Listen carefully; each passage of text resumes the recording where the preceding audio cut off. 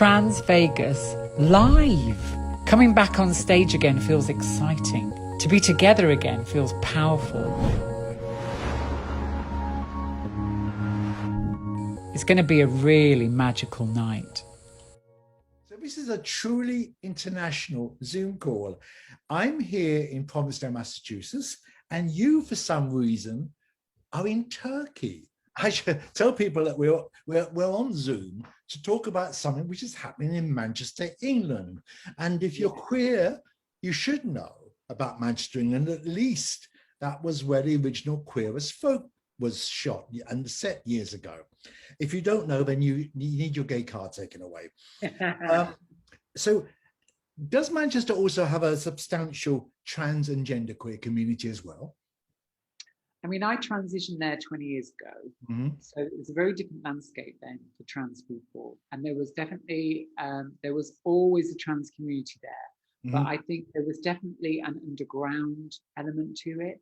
And I think there was a lot of like passing and trying to just go under the radar. I think what's happened over the years, and I think especially in kind of some of the work that I've been doing, is to really raise that visibility and the vibrancy. And really feel like Manchester deserves a brilliant trans arts festival. And so I set it up a few years ago, based on the back of me coming back to performing. And I thought, well, I'm not the only, there are a lot of trans performers. Well, how can we platform more trans performers? And, you know, it's a city of festivals. It's a city of culture. And I thought, well, it's really lacking trans culture. I don't see myself in and around these venues and in this city culturally. So what can we do? And I love the fact that Manchester International Festival is on at the same time.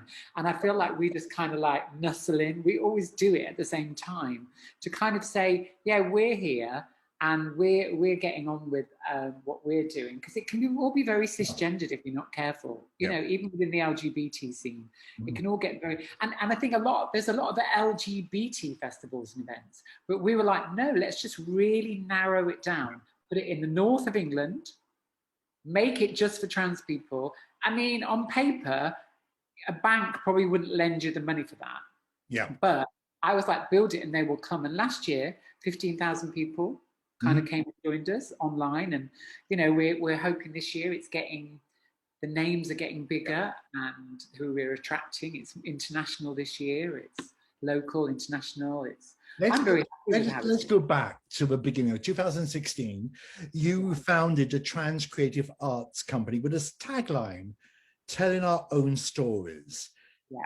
Can you tell us about that?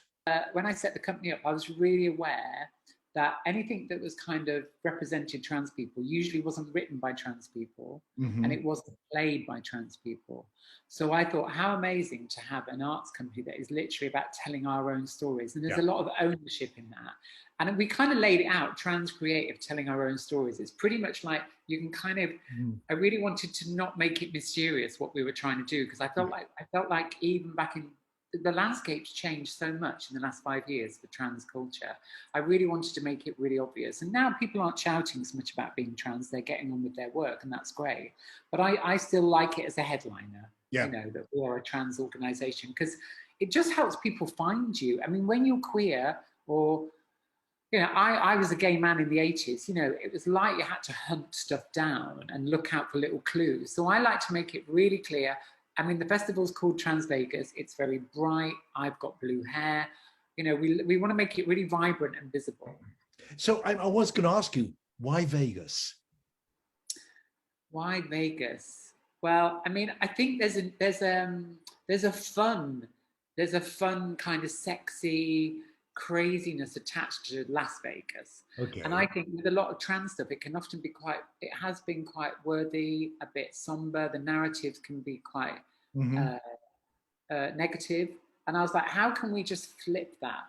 You know, it's irreverent. There's an irreverence to it. Also, I just think it's a really cute name. And it's a bit of a homage to another festival that was happening. Really? Trans Fabulous. It used to be called Trans Fabulous. So it's kind of in that world, really. So how much is it about creating and welcoming environments for the trans community, and how much is it about educating the rest of us and working to more acceptance at large? Yeah, I feel like it's definitely a reimagining of the world in a way. I feel like for this weekend, imagine if trans people were in charge, and this is what we would say, and this is what we would do. It's kind of like putting ourselves there unapologetically. It's like 100% trans, and I love that. So it definitely feels like it's for our community, but it's also for, you know, the gender non-conforming and gender questioning and queer and non-binary. There's a massive growth in that. We can see that with our audiences. I think people are much more interested in their expressions of gender. So I feel like it kind of just have an element of that. And I do push it for, the work is good. So the work is really interesting. Like some of the artists are working in, two Jamaican artists, trans artists who are trans fashion activists. Manchester has a big black community. We have placed massive billboards of trans fashion activists in the middle of Manchester. I feel that will talk to a lot of people. We've put our coming back to the stage night is also in the middle of Manchester, and in a venue that has lots of different people come and perform. So we're not ghettoizing it. It's very much on the streets. It's very much there. And I think if people do want to get involved with, you know, come and join in the discussions, you will learn a lot, and you will see how trans work is really nuanced and developed. And I think that might surprise people. You know, we've got a literature festival within an international literature I was going to say festival. to you, we ran the trailer at the beginning of this interview, but just give us a rough idea. I'm coming, what am I coming to? I'm coming to performance, I'm coming to discussion groups, I'm coming to dance. What am I coming to do? We're really excited about this year, and there's a lot of organisations that have had to do this. They call it a hybrid. In a way, what we've tried to do, like last year, rather than go small with that, we go big. So we thought, let's get some stuff on the streets, some stuff online, and some stuff on stage. And I feel like that kind of covered quite a few bases. So the stuff on the street is, like I described, the Jamaican trans artists, Kim Savage and Imani Edwards, who are really inspiring. And we've put them on billboards, and we're asking people to respond to those images with their own bits of trans fashion activism. Because one of the themes this year was taking the idea of not for the likes of us. And those two activists, they take pictures of themselves in Kingston, Jamaica, in areas where they're not welcome. So I love the fact that we're celebrating places, we're taking over. There's an idea of takeover, there's a campaign, there's politics in that. So there's the kind of politics, beautiful visual fashion, trans politics on the streets that are going to be there for 2 weeks. So we're really proud of that, to have like an exhibition up for 2 weeks on the streets, very accessible. Then the stuff online, very varied. There's a trans literature festival, which kept growing and growing, because trans literature is growing and growing. And yeah, that's, for me, that's really exciting. And it's meant that I've started to read a lot more of those books that are in the festival. I really feel like I often make a festival that I'd like to go to.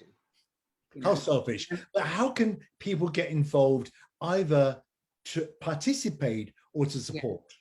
Yeah, well, if you go to transcreative.uk, that's all our social media and our website. We've just launched yesterday our digital program, so it's kind of all on there. We've made it really simple. You literally click on that link at that time on that day, and you will be in the online event. Okay, stay with this film to the very end, because we'll put the link up there. Great. So yeah, we keep that really simple, because I always say, imagine it's me trying to get on that. So with the events, we've managed to work, again, because it's still near the end, you know, this pandemic is still rolling on. There's artists we really wanted to work with, like Travis Alabanza, Lauren John Joseph, Kachenga, some kind of favourites. We've kind of brought people we've worked with before, and then we've got some new people. But we're definitely challenging where trans people get access to, and where do they get space, like in literature, in film. And then we've also commissioned 3 bedtime stories that are specifically written by Greater Manchester trans artists. And so they're going to end each night of the festival with a beautiful, I don't think they're going to lull you to sleep, because they're quite rich and potent, but they're there. And then our big kind of news is coming back on stage on the Saturday night. Okay. And so there is a venue that houses 400 people safely outside. Manchester's known for its rain. We don't know what's going to happen.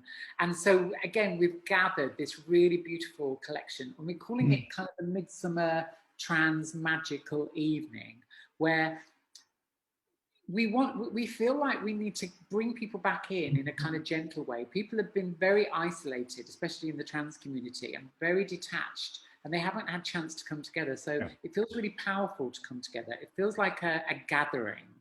And there's a lot of contemporary dance, there's Bollywood dance in it, there's West End singers, there's kind of classical singing. It's really rich. It feels like a little mini like a trans Glastonbury. We're sold. But will you be there, or will you be in Turkey? No, I won't be there. I won't be there. So I've had to do this remotely, and I have to say, all the online events have been really kind of, I've got in the habit of that. I'm really gutted to not be in the centre of Manchester, to see the billboards, but also just to kind of be with those artists. I mean, we end the whole evening with a version of I Will Always Love You. Oh, good. Because I think you should always have cheese at the end of every meal. Okay, before we go, I just want to say, if I'm right, Manchester was the first city to have a gay Lord Mayor. Is that correct? I think you might be right. In Manchester, So are we going to see a time when you're the first city with the first trans Lord Mayor? I mean, I would quite like to rock that massive jewelry. I'm very interested in that. I mean, I think so. I think if it's going to happen, I mean, I nearly moved away from Manchester when I transitioned because it's kind of a tough, honest northern city. And I thought, you know what? That's a kind of brilliant place to do it because it kind of it will hold you. And I do feel like this is my gift to Manchester. So I wouldn't be surprised if we got a mayor. You know, it's quite, there's a lot of progressive stuff that goes on in Manchester. But now I'm quite cocky, really. I just go, there's a trans arts festival, enjoy it, Manchester. You know, it's for you, for the whole of the city. Manchester will, and we're going to spread this around the world. So there'll be other people around the world. It was great talking to you. Enjoy your month's vacation in Turkey. And when is it going to end? We are here in Kingston, Jamaica, and we will be bringing our resilience, glamour, and bravery to Trans Vegas 2021. But in the UK, we're still not hitting publishing. There is still not spaces where in TV, film, writing, theatre in the UK, we're seeing Black trans work invested in. If you're working class and trans, if you have any other intersections, I mean, I think that there's a kind of sense of it becoming this massive thing that you carry around, and somehow you have to deal with that you carry around. Looking back on all of those memories, every single one of the most joyous ones were when I was in drag and doing a drag show. Trans Vegas live. Coming back on stage again feels exciting. To be together again feels powerful.